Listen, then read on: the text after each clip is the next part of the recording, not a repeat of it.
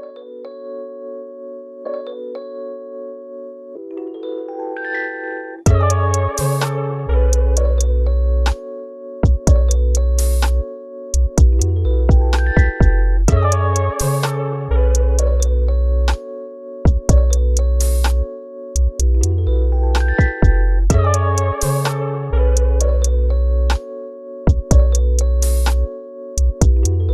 right, guys, this is the Collins Cast.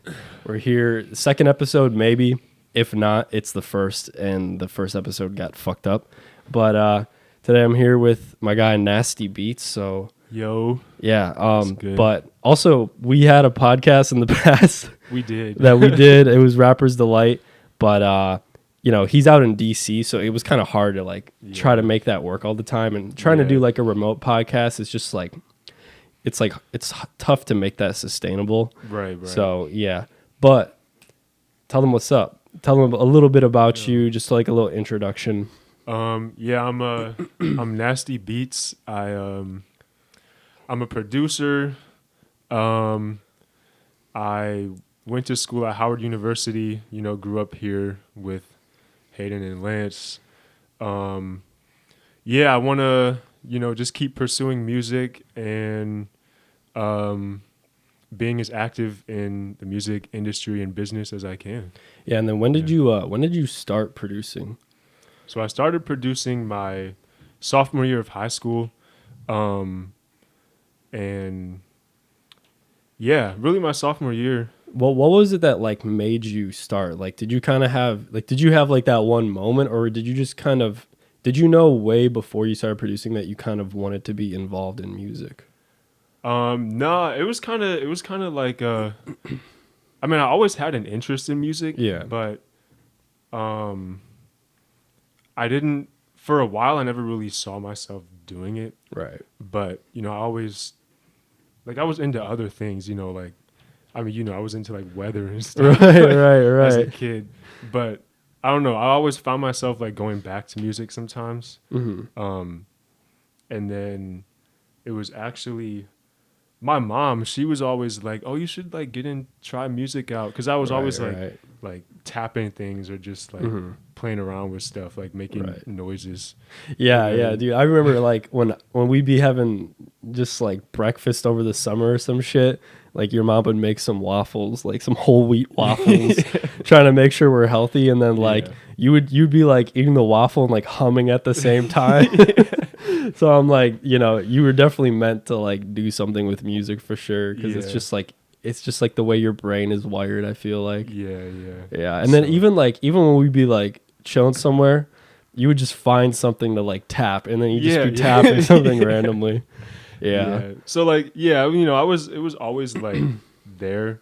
I just don't think I realized it until later on. So I just tried it one day, and I was like, oh, this is actually kind of cool and fun. Right. So I just stuck with it, and here we are.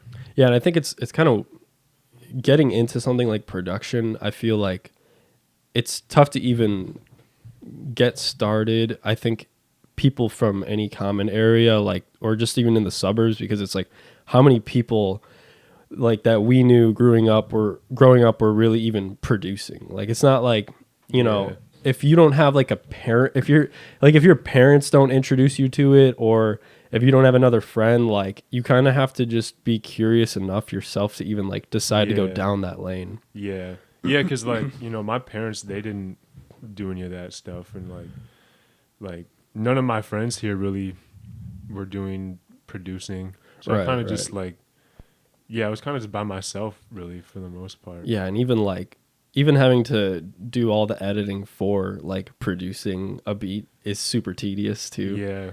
It's the whole meme about everyone who's what producing, what people think producing looks like, and then what it actually is, and you're just chopping every half second. Yeah. I mean, this is shit. This is dog shit. Pressing play and pausing 10 times all the time, just so when you make a beat, do you have a vision of what you want it to sound like at the end, or do you just kind of go along with it step by step, and you're oh, because I chose this, I'm going to choose this now? I think it's I think it depends on the beat, but I think it's a little bit of both.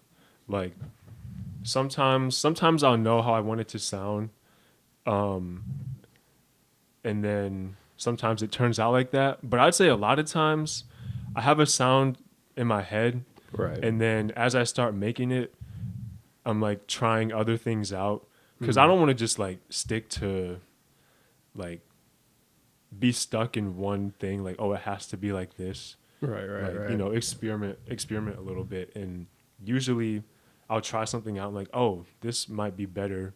Let me go in that direction instead. Right. Try Right. something out. You know, go this way. I feel like it's got to be. I don't know. I try to think about like if I were to produce music, like what my creative process would look like, because I'd like to think that I would, just like listen to the artists that I like and then go on to Ableton or FL Studio and be like, all right, I'm gonna like make something sound like this person. But do you find that like puts you in a box if you're like listening to certain artists too much, or like how do you kind of like get yourself to make a beat that sounds different? Well, lately I've been listening to like I haven't been listening to as much like rap music Right. lately because I don't know. I've been getting kind of bored with it Yeah. recently. Like there's Same. just Same. like nothing. There's nothing like really that refreshing Yeah. coming out lately. So I've been listening to just a lot of different stuff. Like I've been getting into jazz, different like alternative, like R&B, like indie soul, just like Right. Right. stuff that I normally haven't listened to in the past, and just like getting inspiration from there. Right. There's so much like their music is a lot different in other ways from like rap music, so taking things from there and then putting it into hip hop and rap, it's really like I think it's opened my eyes more, like made me more willing to try new things that I wouldn't normally do. Right. And yeah.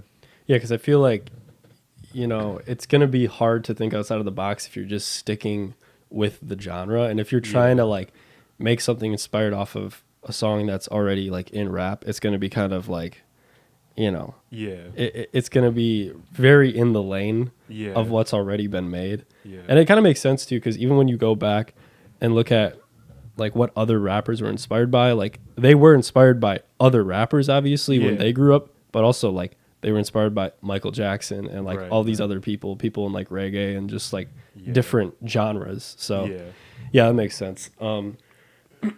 So let's see which direction I want to go with this. So wait, are you graduating now? Yes, I graduated this past semester. Oh, okay. So okay. yeah, I'm done with school. Now I'm just looking for jobs now. Right. Figuring out life. Yeah, figuring out life. Yeah. And then what? So you got a degree in marketing, right? Yeah. Okay. Interesting. And then so with kind of getting a degree in marketing, is there like a specific thing that you were thinking that you'd want to do with that, or are you just kind of like more open-minded to it where you're like, I'll go like any direction with this? I mean, I definitely want to do marketing like in like the music industry, like help. Right.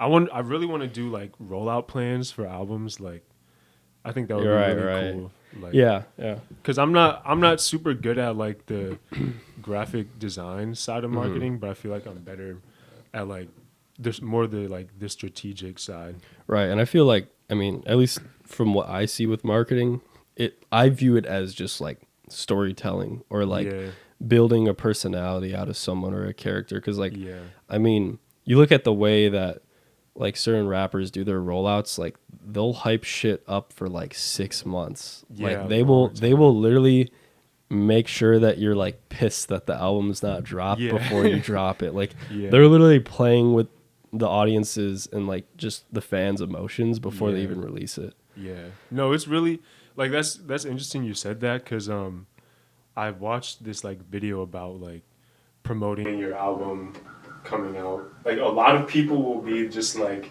oh, a new album dropping this date or whatever. Yeah, they just do a billboard pretty much. Yeah, like go stream. Right. But like an effective way, like the most effective is to like already, because when you do that, people don't know what to expect from your album. Like they could like they're just walking in the dark really. Yeah. But if you like give them an emotion to like expect, and then you match that once the album drops, then it's like you put them in like a whole world with the album and stuff, and it's just like it's so much better. Exactly. I think, well, I would say Travis Scott is like a great example of someone who like he built a world around like the albums that he's created ahead of time. Like he did it with Astroworld, and then he did it with Utopia. Yeah. Especially with Utopia, like he was hyping up the whole performance at the pyramids and all this, and he hyped it up like 6 months ahead of time before he dropped it. So it's like when you market it like that, it's almost like hard to like have the album fail. Like let's say he even released like a trash album, it's like you'll still get that initial hype that would still somewhat make it like successful. But yeah, I find it interesting. And like even I feel like music videos are really important because like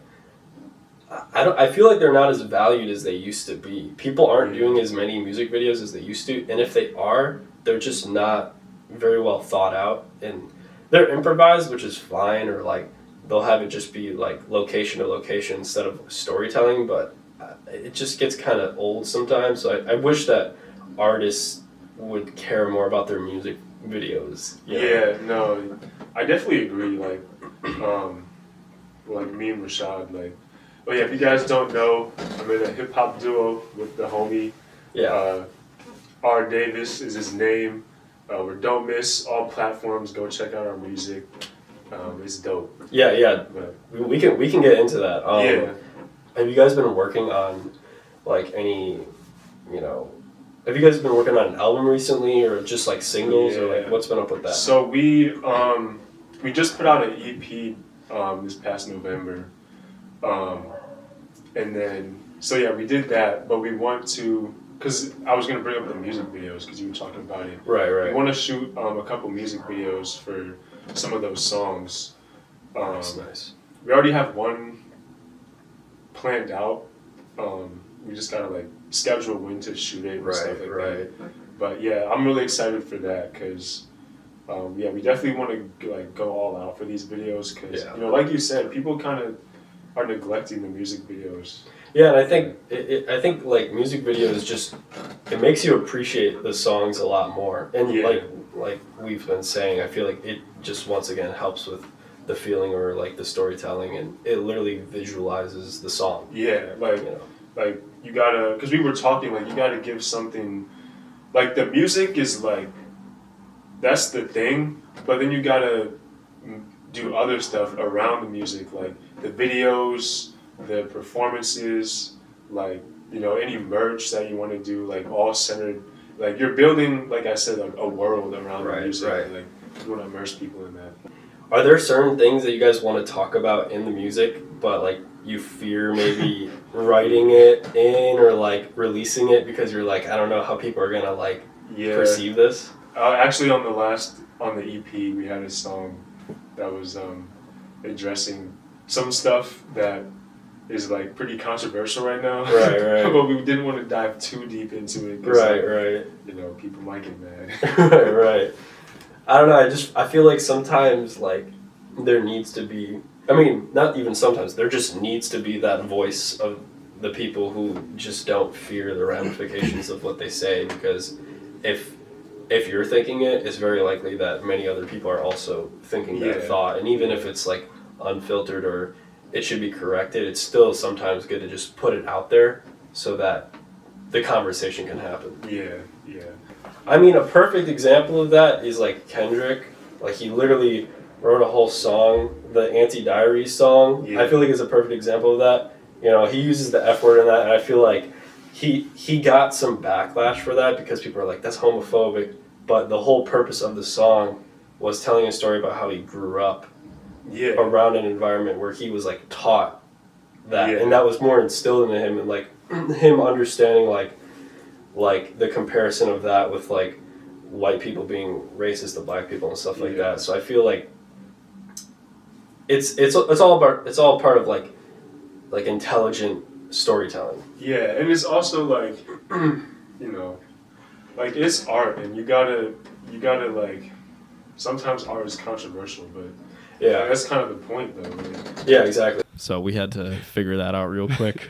I'm not gonna just ignore that. Like that didn't just happen. I'm gonna be like, anyways, next question. Like nothing just happened. But a huge cut right in the middle. Exactly. So you and Rashad have done some some live performances, right? Yes. Yeah. Yeah. So wait. So how many have you done now then? Maybe I'm trying to think. 1, 2, 3. Maybe I would say maybe close to 10. Okay, nice. And then give or take. Like, was it weird for you to get adjusted to that at first, or like how do you handle how do you handle live performances like personally? Well, yeah, it was definitely an adjustment because like, you know, I haven't done a performance in like, I mean, I was in like choir in high school, right. Orchestra in middle school, but like, you know, a hip hop performance is a lot different from that kind of stuff. Yeah. So, it took some getting used to. For the first few, I was kind of just like, I didn't really know what to do. Like, I think I was like trying to figure out like what is my presence going to be like on the stage? Yeah. So sometimes I would just like sit back and like just cue the music up. Right. And Rashad, you know, he would obviously rap.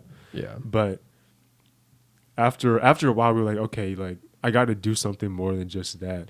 Right. Because, you know, we want, like, we're a producer and a rapper duo. And there's been those in the past, but we're trying to separate ourselves from just like, oh, I just make the beats, I'm in the background, and Rashad is rapping. Right. Like, we want to make it like both of us, like. So just to like, because we think that would set us apart, because nobody's really done that before. Right. So, so as we started going along, I got more comfortable, and so I'm kind of like the hype man with like, think of like Public Enemy with like Chuck D and Flavor Flav. That's what I was just thinking about. Yeah. It's like we're kind of going for that. Like, yeah, that makes sense. So, just be more present. Just get the crowd involved. Fill in lines if you know Rashad is like running out of breath on stage, right? Or just putting more emphasis on important parts of the song. That makes sense. So like we actually had a performance in Philly at the end of December. Yeah. And that was a really great performance, probably our best performance we've ever had. Yeah. Like, and also because the thing is like we like had a performance lined out in our head, like we like rehearsed it. So like it wasn't just like we were going up there and winging it. Like right. And like we were talking too, like a lot of, I feel like in rap right now, like a lot of rappers aren't really performing well. Like obviously you have like Kendrick, he's a great performer. I would even say like Cardi is a good performer too. Yeah, definitely. And definitely Travis Scott. Like, right. But a lot of these other rappers, they kind of just get up there and just rap. They don't really like engage with the crowd. And that's like one of the big things in hip hop when it was founded is like it's about the people, like getting them involved, being active, like the call and response. Yeah. So yeah, it was really great. Like it was a smaller crowd, maybe like I would say like 30 to 40 people, but the venue was small anyways, so like right. That. But it was just like it was incredible, honestly. Like the feeling just being up there, like people we didn't even really know, like we had 4 people with us who came specifically to see us, but everybody else there was just like, you know, either came for other people or we're just there. But we got like the crowd was super into it. Everybody like they were blown away by our music and our performance, and like everybody was like, yo, like what's your Instagram? Like we want to follow you and like keep up. Right. But yeah, it was really cool. That's got to be cool when it's like people that they don't even know the music, so it's like their first time hearing it and it's live. Like I gotta imagine like it's different when you're performing to a crowd that like you do know the people and then the people that you don't. But yeah, it's also I think like something I would say about like the music you guys make is like there's just a very obvious confidence in it, and you guys prepare. Like you definitely prepare, and like you take your time because you want to work hard at making the music to make sure that it's good. Yeah. You know, and like some people, they are just kind of about output, you know? So, and it's good to be consistent, but it's like if you can take more time and work longer on something, then it's good to like, you know, have it be better. Right. But yeah, that's dope. So you performed in Philly? Yeah, it was in Philly. That's dope. Yeah. So was that like the first performance that you guys did that was like outside of DC, or have you done anywhere else? No, that was the first one. That's dope. Yeah. That's dope. And then oh yeah, also you guys did a performance with, I know we talked about this a long time ago, but you did a performance with like, do you guys have a live band for one of your performances? We had a band. Yeah. That's dope. That one was really fun. You were there when I was like practicing for it. Right, yeah. Yeah. That one was really cool too. That was definitely the biggest crowd we've had. It was probably like at least 100 because it was in the big auditorium. Right. But that one was really cool because, you know, we had a drummer, somebody on the keyboard, and a bass player. And then I was doing like launching different things and like playing some drums out too. Also, I was going to ask, like, so obviously you work with Rashad a lot, but like you're the producer. So have you worked with like other artists or like made any other songs with like different rappers or maybe like R&B people? I've done a little bit of stuff, but like most of it really hasn't like come out. Right. There is somebody who I collabed with. He has he's our friend actually, Dax. He was our roommate. Oh yeah, right. Shout out Dax, Altitude 12. That's his artist name. Altitude 12, nice. But he has an album coming out pretty soon, and there's a song on there that I produced. So I'm excited for that because he's been working on that for a while. That's cool. And he's been really dedicated with that. So it should be cool when it comes out. I'm hyped for it. Yeah. So go ahead. Oh, but I was gonna say too, this year I do want to collab more with people because I would say for like the last year or two, it's really probably 2 years, 2 or 3. Like it's mostly just been working with Rashad, right? Trying to build up Don't Miss and working on his own music too with him, right? But I am going to this year put out some of my own music. Yeah. So is that going to be like just instrumental based, or are you going to have like artists on that?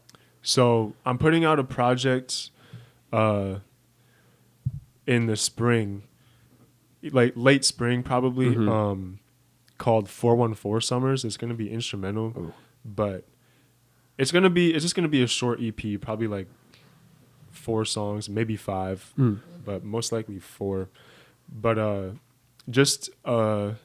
it's going to be instrumental based about just different places around Milwaukee that were like significant growing up here.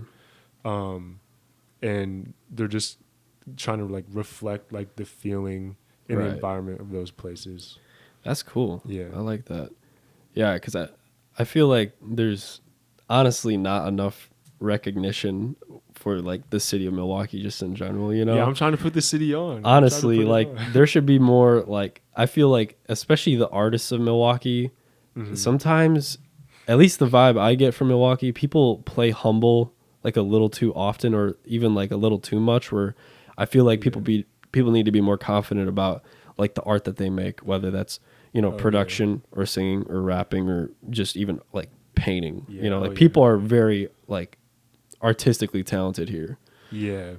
I definitely agree. Like there's definitely talent here. It's just Milwaukee's like it's on the smaller side as far as cities goes. Right. And it's also like so close to Chicago. which is a Right. major city. Yeah. People kind of just forget about Milwaukee, I feel like. Exactly. I feel like if like some people don't even know where Milwaukee's located. Like they don't even know that's man, in tell me Wisconsin. about You know, it. they They're think like, "Where's Milwaukee?" it's like Milwaukee's a state. You know? Yeah, And then Wisconsin's like a different state or some shit. like Yeah.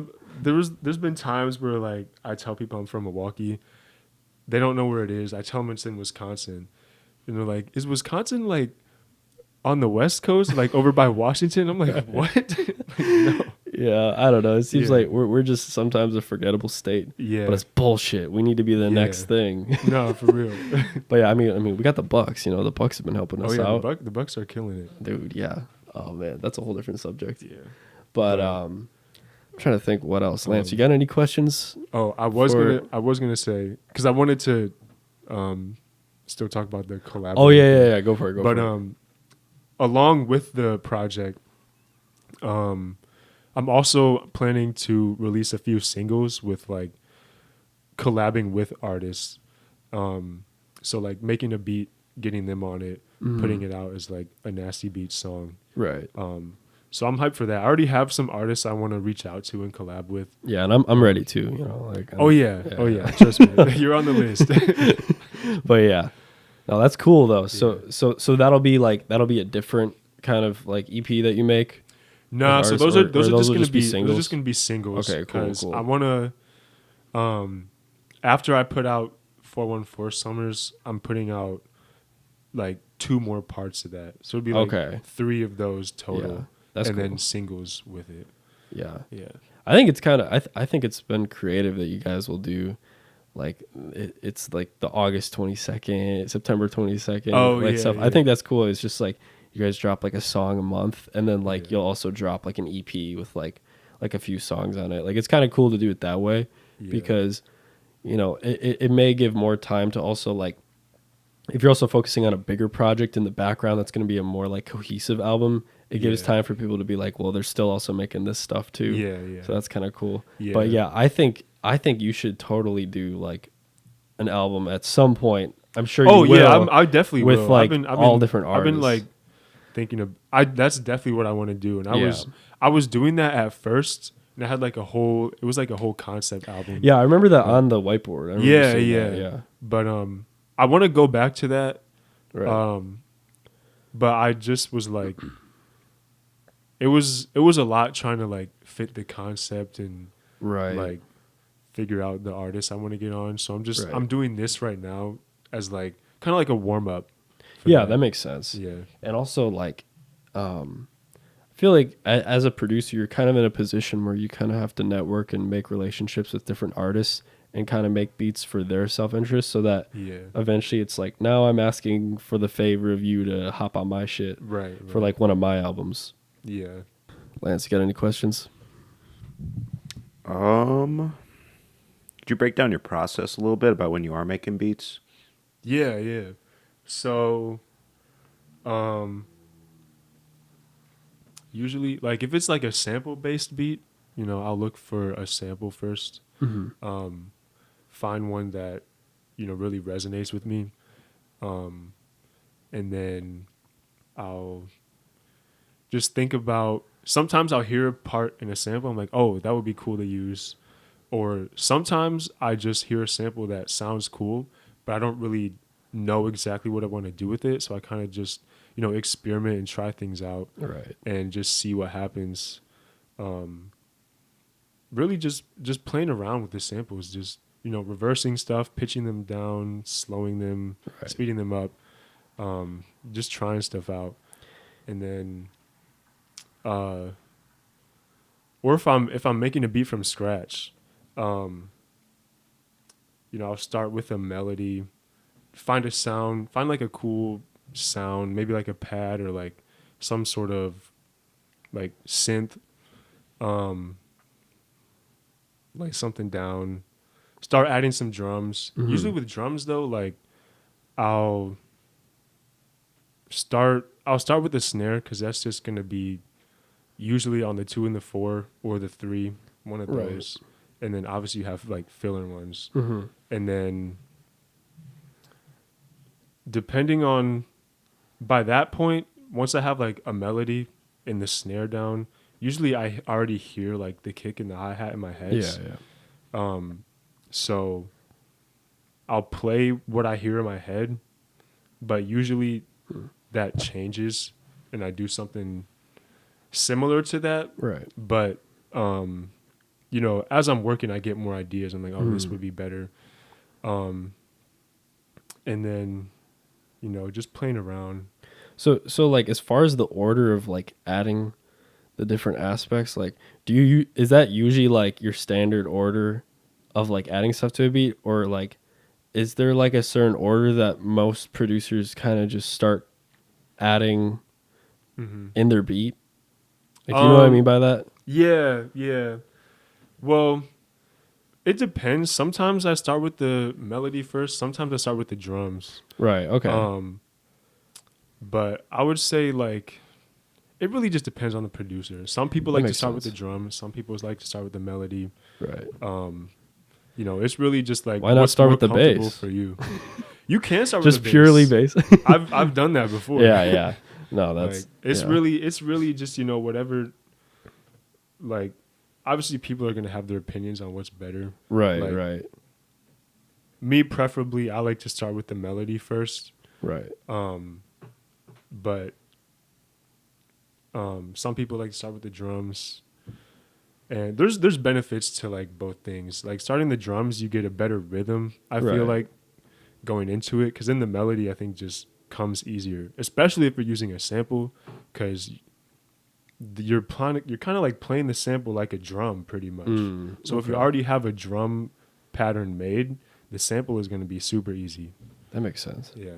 Yeah, and I feel like you said with the order, it's like whatever gets to the end goal of making the beat. Yeah, Like, yeah, yeah. it's probably not. There's probably advantages and disadvantages to like starting with whatever instrument for the beat. Yeah, that makes sense. Yeah. And then have you ever been working on a beat and then it like didn't save or some shit? Like, have you ever had a run in where like you were working on some yeah. beat and then like your computer crashed or anything like that? Oh yeah, that's happened plenty of times. Right. Luckily Ableton has like it'll save it if it Autosave crashes. almost? Oh, okay. So it'll save most of it. Usually there will be a few things it doesn't save.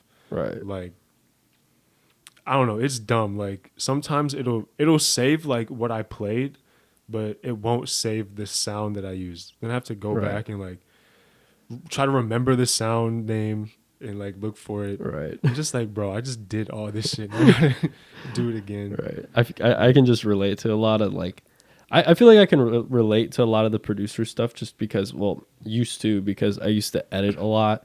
So Yeah. it's like a lot of the things that producers talk about it's very similar with just like video editing. Yeah, it's You a know. tedious process. Yeah. Especially if you're editing a montage too, it's like very similar style of editing, Yeah. even though it's very different. But yeah.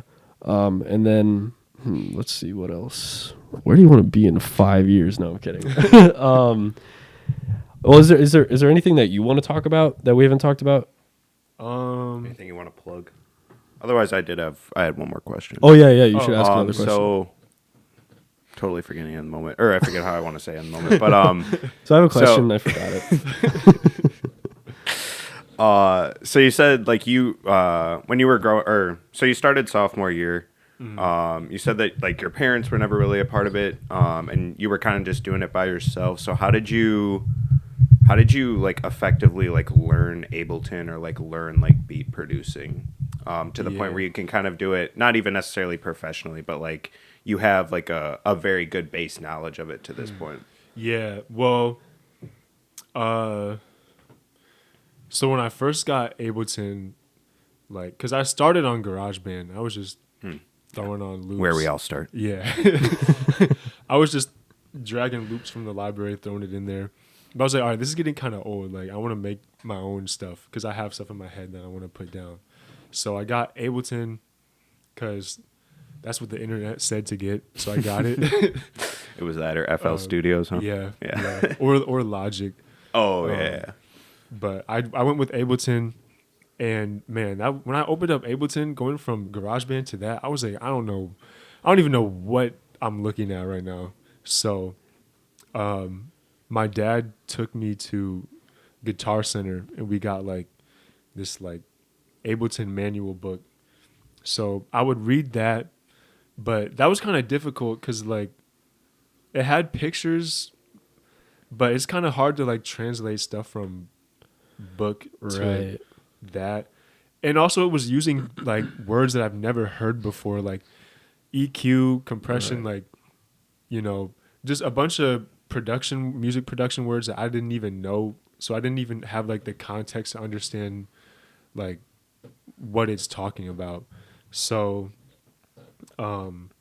then did you end up going to like YouTube? Like did you I watch videos on YouTube and stuff like that? I eventually went to YouTube, and YouTube helped.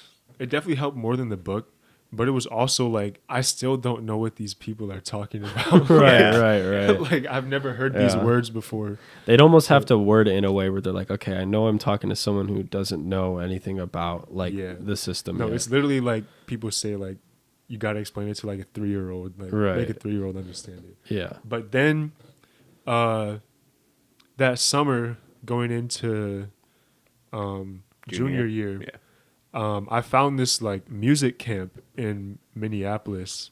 It was like a week-long camp. They had different like, you could do like music production, audio engineering. They had a rapping one, singing. So I did the music production one, and that helped me a lot because like it was just a week of just nothing but music, and like there were, you know, the other kids there were, some of them were my level. I would say most people were probably better than me at the time because they had been doing it for a while. And just honestly, just watching them make beats and like explaining what they were doing, like helped me out a lot. I was like, oh, like I get it now. Like I get. Did they teach you like shortcuts at all? Like stuff where you're like, I was doing this like a way like more time consuming way. Yeah, like shortcuts. They taught me about this thing called quantization, which is basically like you snap things. If you're like playing things out, it's gonna be a little offbeat because you know we're human. We're not like perfect. So when I was making my beats, they would be like so offbeat. But when I was watching YouTube videos, like watching people like do the live beats, I was like, oh, that's like right on time. Right. So I just figured, oh, with time I'll get better and play things more on beat. Right. You'll just be perfect. Yeah. Which like did happen over time. Like, you know, you get better and you get way more on beat. But so I was just like, man, my beats are so off, but you know, they'll get there. But then he told me about quantizing. I was like, oh, yeah. I was like, that makes so much, like I could, like these beats would sound way better if I quantize them. So I did that. He taught me about like EQ, compression, that kind of stuff. And like I said, just watching people and being around them just like got me really inspired. Yeah. So that helped. And then if you guys remember, Tosa East offered like a class. I took that class. Yeah, I took that class that year. So I was like, okay, I'm definitely doing that too. So that helps. So I would say the camp and that class gave me like the base foundation. Right. And then after that, I was just like, okay, I know enough now where I can figure it out on my own with like YouTube, and watching YouTube and just practicing, watching other producers, like, you know, more established producers, talk about how they do stuff. And yeah, it always seems like that's just the way. If you want to speed up learning anything, you just have to be around people who know what they're doing. Yeah, like, you know, you have to be in the right location too. Like, those are always the big things. And then obviously just literally staying focused and not distracting yourself from doing some other shit. Yeah. Who would you say did the best in 2023, like rapper wise? Who do you think was like kind of the best rapper? I know that's kind of a broad question too. Is like at what, or maybe who had the best album? Ooh, this isn't like a rap album. I thought it was just a really cool album and like an unexpected album. Yeah, but Lil Yachty's album was amazing. Yeah, let's start here. I mean, nobody expected that from him. Like, Yeah, yeah. Honestly, I think Lil Yachty's been on a great run. Just I agree. like I agree. he's just having like a burst of creativity. Yeah. Like, you know, he started with Poland, shout out. Yeah, yeah. And then, you know, just putting out singles, and obviously that, you know, like psych rock album. He also he literally started his like own podcast too. Yeah. Which I thought that was kind of cool that a rapper was like, fuck it, I'm going to do a podcast, cuz like I feel like a lot of rappers are scared to do podcasts because they want to keep this mysteriousness to their personality. They don't want to overshare like who they are as a person, so they can kind of like keep a certain image. And that's just my opinion. I don't know. Like people probably have different reasons, but yeah, that album was amazing. Yeah. It was really good. I know he talked about like he's done some like psychedelics and stuff, so I'm like maybe some of that played a role into him like kind of being more open-minded to like whatever the fuck he was going to create. Yeah. And I also feel like he probably cares less about pandering, because he's just doing his own thing. Yeah. So he's just like, I don't care about having a certain sound anymore. Like I'm just gonna do whatever I want. I feel like he's always been like that. Like True, even his true. early music was like super carefree. It was very different. Yeah, from everyone else in the game. Yeah. Yeah. And he's improved too. Like he's improved a lot. Yeah. Yeah. And then I mean, for me, I think my favorite album of the year was probably Utopia. Like Utopia. I know I'm being like a Travis Glazer on this on this episode, but I don't know. I think that was probably the most consistent album. No, Utopia was really good too. Like and it was he was 5. I think it was 5 years since he released an album. Has it really been 5 years? Astroworld was 2018. Man. Yeah, everything since then's been singles. Yeah. Or like he gets featured on other obviously people's he's done a songs, lot of but features, yeah. Man, 5 years. Time is going by. Yeah, Lance, what would you say was your favorite album of the year, if you have one? Ooh, you might have to give me a sec to look through my Spotify here. Oh yeah, that's fair. I'm like blanking on what came out this year now. That's the thing. There hasn't been like a ton of amazing albums. Yeah. I just don't think it's been an album year. Like some years are album years and some years are like single years. Yeah. I thought the West Side Gun album was good too. Oh yeah, I haven't gotten around to that. Who else? Somebody else came out, I feel like. I mean, Drake released his album, but it was good. Like I thought it was good, but I wouldn't say it was like yeah. It was just yeah. I thought it was mid personally. I just liked that he had Chief Keef on the album, because like I was just not expecting Chief Keef, and I was like, this is dope, even though it was like such a small part of it, but I was like, this is cool. Yeah. What else? Oh, okay. Also, I'm gonna ask you about this. Did you see Kanye's like apology? Like on Instagram, he released an apology in like Hebrew. Did you see that? Recent? Yeah. Like within the last week? Yeah, this was like a few days ago. I haven't seen it yet. He released an apology to like the Jewish community, like in like Hebrew, in like Hebrewism or whatever. Like, and I was just like, I don't know. I was gonna ask you your thoughts on that, but if it was the day after Christmas. What did it say? It was like, I can't read it. I'm sorry. I just don't understand what. Well, was it like a translation? No, there was a translation. I mean, it was like a professional, like it was a very professional and mature like apology. Yeah. But I guess my whole thing is just like, because I was saying this to Jada, like it just seems so late. Like it's better to apologize later than never. Like, but it's just kind of odd to me that like your apology is like literally like words on a screen. Like it's just I don't know. And I get that there's a lot of artists have always had trouble, or even public facing figures have trouble like apologizing, because people always take it as like you're just doing this because you want people to think that you're sorry, but like it's hard to prove that you're actually sorry. Yeah. But I think that's just a human thing. Like it's hard for people to just prove that they're actually sorry for their actions. Yeah. I guess what I would say is like, make the apology And then if you want to really prove that, you're sorry, like show it in your actions. Right, exactly. Because that's what it's going to be at the end of the day. Yeah. And I don't know. It was like literally, I think 2 weeks before that apology, he had this whole rant. Like it was on Instagram and stuff. And he was like still saying shit in there that was like very questionable. And it's like, and then 2 weeks later he releases the apology. So I don't know. Yeah. I'm with you. It's just, you got to give it time. But it's like, yeah. he still makes, Also, he still makes bangers. Yeah. It's like, but yeah, okay. Let me think of something else. Oh, I mean, do you know anything new about like the Young Thug case? Like, you know if there's any developments The latest with that? thing I heard is one of the defendants got stabbed What? in jail, so they had to Oh like my put a God. pause on the case. Jeez. So I'm like, bro, like, just let this. Something needs to happen. Like, Yeah, I saw like a whole video. Dude, why is there some construction going on right now? It's bullshit. But I saw a video where they were interviewed. Dude, that is the most distracting noise on the planet.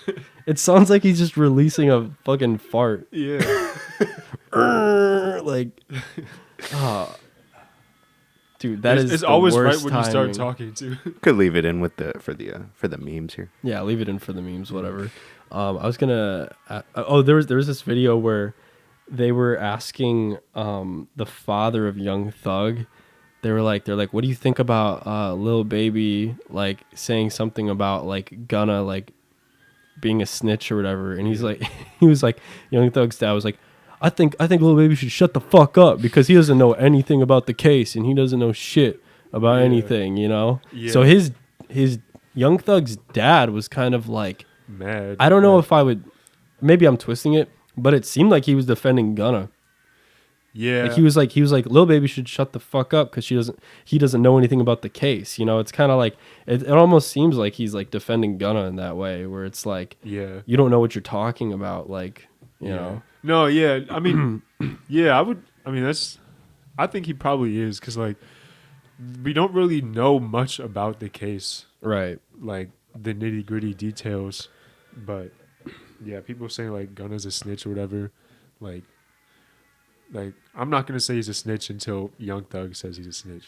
And also, like, my understanding of it is they pretty much asked him, like, they asked Gunna if YSL was like a group that had like gang affiliations, and he like said yes. So all he admitted to was like, yes, YSL is a gang, which, like, I guess people just got to ask themselves if that's really snitching, because it's like, that's not him being like, he's not like, it was Young Thug, like Young Thug's told this guy to go do the hit. Like, it wasn't snitching like in that way. It was more just like, this group, there's gang activity. Yeah. So also, in a way, he is snitching, but it's so broad that it's like, dude, literally, we all know YSL was a gang.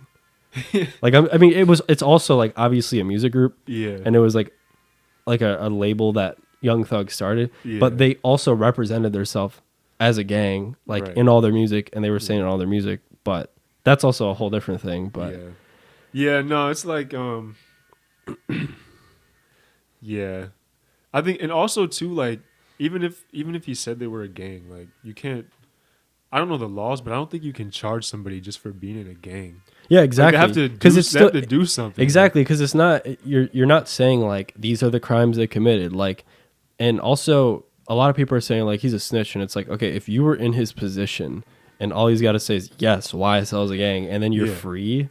For all we know, Young Thug could have been like, yeah, just tell him and you can get out. Exactly. You know? Yeah, it's such an interesting thing, and it's interesting to see how rappers are like handling the Gunna situation. Like, there hasn't like, they're not like, most rappers aren't talking shit, but like they're not necessarily supporting him. Yeah. And I feel like, at least to me, that just kind of makes it seem like people are still rocking with him, because if they weren't, they'd be talking shit. Yeah. Like, because like the people who are saying nothing and they're not like talking shit, I feel like it's probably because they're just waiting for things to blow over, or wait until like Gunna's good again, because I guarantee you most rappers want to do songs with Gunna still. Oh yeah. And he was making, and he literally made hits without features. Yeah. Like he literally did good with his album this year. Yeah. Or this past year, you know. Yeah. So it's interesting that like Gunna came out and he still released like fire music, and then people like, it's like people aren't talking about it. You know? Yeah, people kind of just like, oh, you know, Yeah. the music's good, so Yeah. we'll just let everything else. We will let it slide. Yeah. Yeah, it's also the other thing is like there's the whole topic of like, are you posing as like being a part of street life, or like are you really a part of the street life? Yeah. And like the crossover into rap, because that's the whole question of like if you're gonna rock with Gunna or not. Because if you're like, I'm not really in the streets, then like you're easily gonna rock with Gunna, because from your eyes like he really didn't do anything. But by like street code, that's obviously why people are kind of like, Yeah, I can't rock that, with Gunna. That's a violation. Yeah, but it's like, but then it's also like, I don't know. Like obviously for me, dude, like, I'm not in the streets, so I'm like, Gunna didn't do shit wrong. Like Yeah. he just like did what was best for him, and he also didn't even fuck over. Like I don't know. That's just how I view it. Like I feel like he didn't really screw people over. But Yeah, because if what Gunna said was like gave anything away, like Young Thug probably would have had like a sentence or whatever. They would have Exactly. announced what they were gonna do already, probably. exactly, yeah. But Oh, man, I hope he gets some exercise in there, because he's putting on the pounds for real. Oh yeah, he about to go to Alaska land. It's callback. Bro. But yeah, wow. Yeah, he's big now. Yeah. But Nah, but I just hope he's good for real. Like, yeah, you know, Yeah. just being in that cell for that long.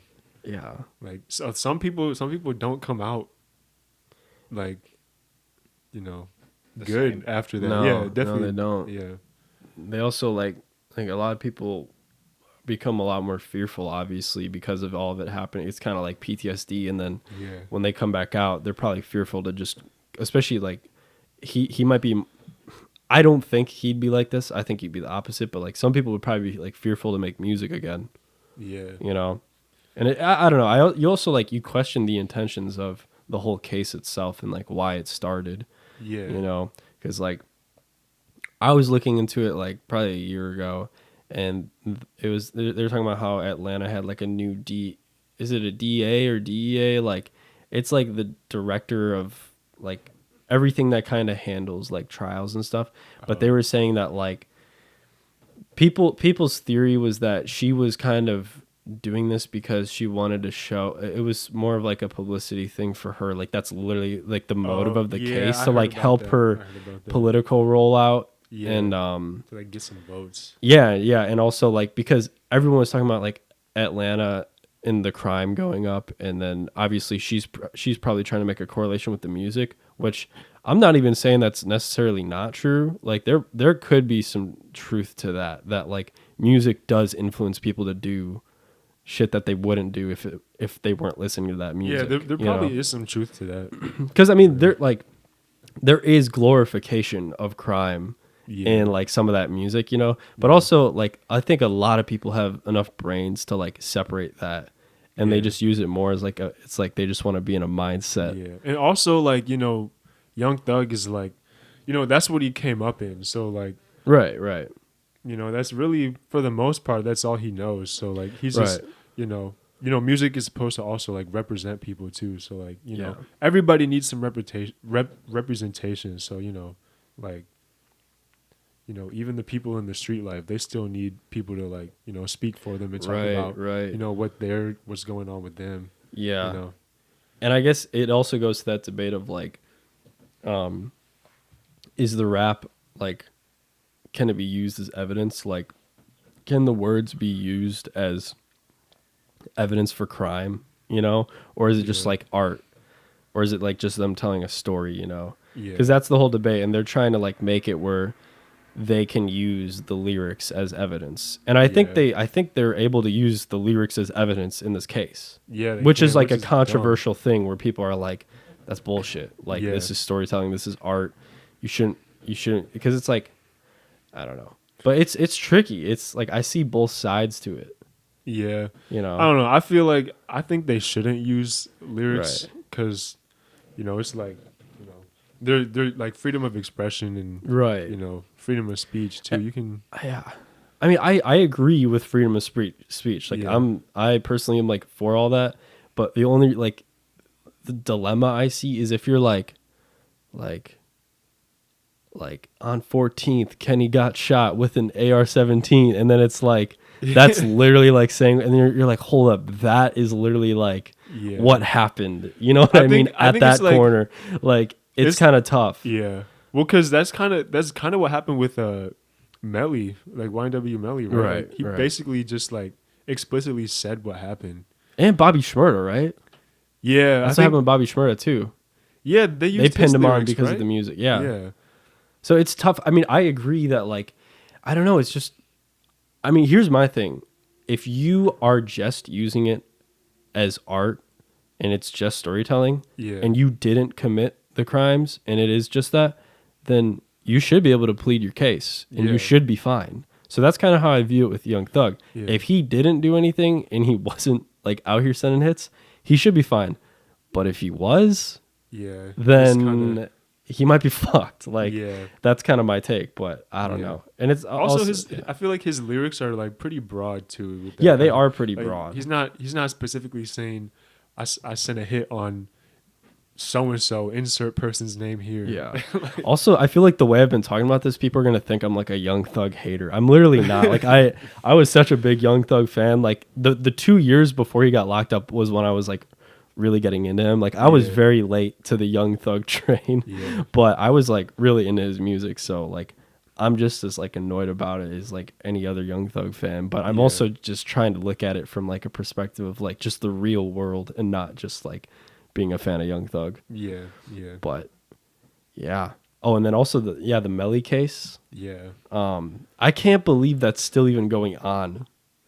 Like, you know what I mean? Like, like the fact that that's still even in a process, because wasn't it 2018 when he something like that? Like it was like 2018 when they started not started the trial but convicted him. You know what I mean, of the murder. And didn't they? Well, they found like DNA evidence too, or something. Right? Yeah, I think he's definitely guilty. He's definitely guilty. I remember I literally posted like a thing on IG. I was like, people are literally saying free Melly, and there's like just pure evidence that he killed like 2 of his homeboys. Like he literally like. I don't know. And I remember I watched like a YouTube video that was like breaking down. They have like the camera footage and they have like the GPS shit and the text. Like they have it all. Yeah. Like it seems like they have all the evidence that he literally killed these 2 people. Yeah. But I guess that's why I'm saying I'm surprised that it's still in the process. Because this must show the power of like lawyers or. Yeah, I don't know. I don't know enough about the law where I'm like I can like dissect this, but that's just crazy to me that. Yeah. Yeah, it's insane. And that's just like got me thinking too, like this Young Thug case could go on for a while. Yeah, this could be like this will probably be longer than Melly's. And they don't even have I mean, as far as I know of, like as hard evidence as the Melly case. It's just like, dumb because if they're doing this because it's gonna like prevent stuff, it's like they're also wasting so many people time and resources to like try to convict this, and like in the process of trying to like fix all this, it's just gonna waste so much too, where it's like dude, this could have been used way more efficiently. And like, is this really gonna like stop what's going on? Like is this the true? But that's always the whole question of like the judicial system anyways. People are like, is the judicial system even gonna like lower crime or even solve anything, or is it just kind of like the consequence of stuff that's already happened? But it's interesting. Any other questions, Lance? No. So if we're counting SZA's SOS album as a 2023, that would be my favorite. Ooh. Yeah, that was a good album. Yeah, but it did come out on December 9th, 2022, so it's kind of in that weird. Yeah. But that was probably the one I listened to most, 2023. Right. And that's new at least. I listen to like just so much of like my old music that like I feel Yeah. like I don't really keep up with it as much. Well, and Yeah. during that time, I think that's when Heroes and Villains came out, right?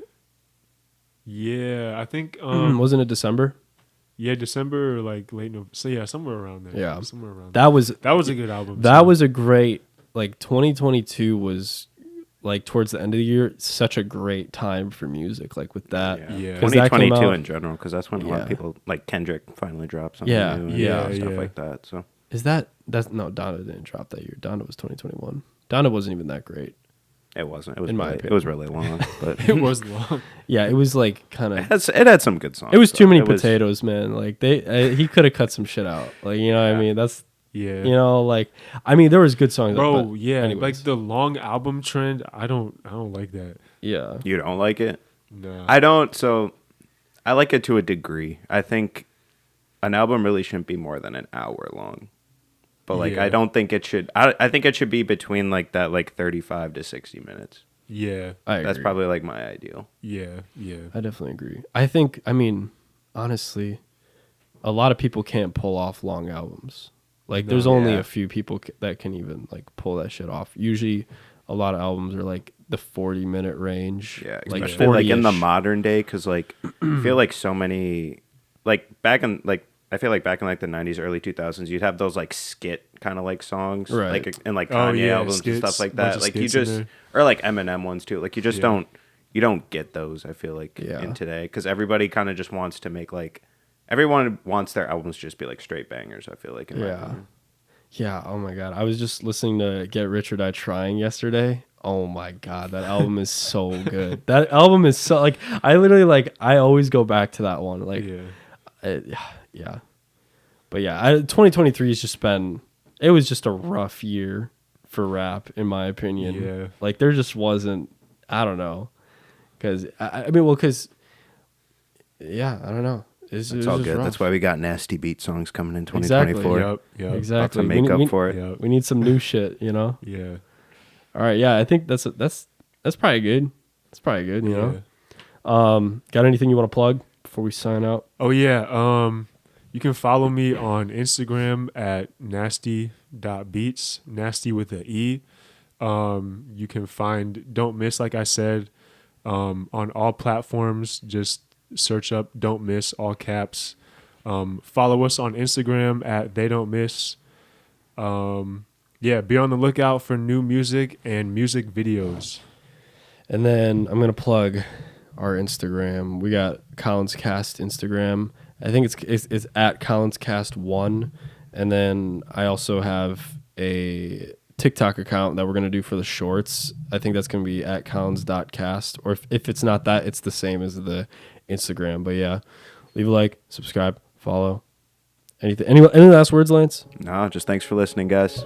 Yeah, follow my Tune in next OnlyFans. time. All right, peace out. Peace.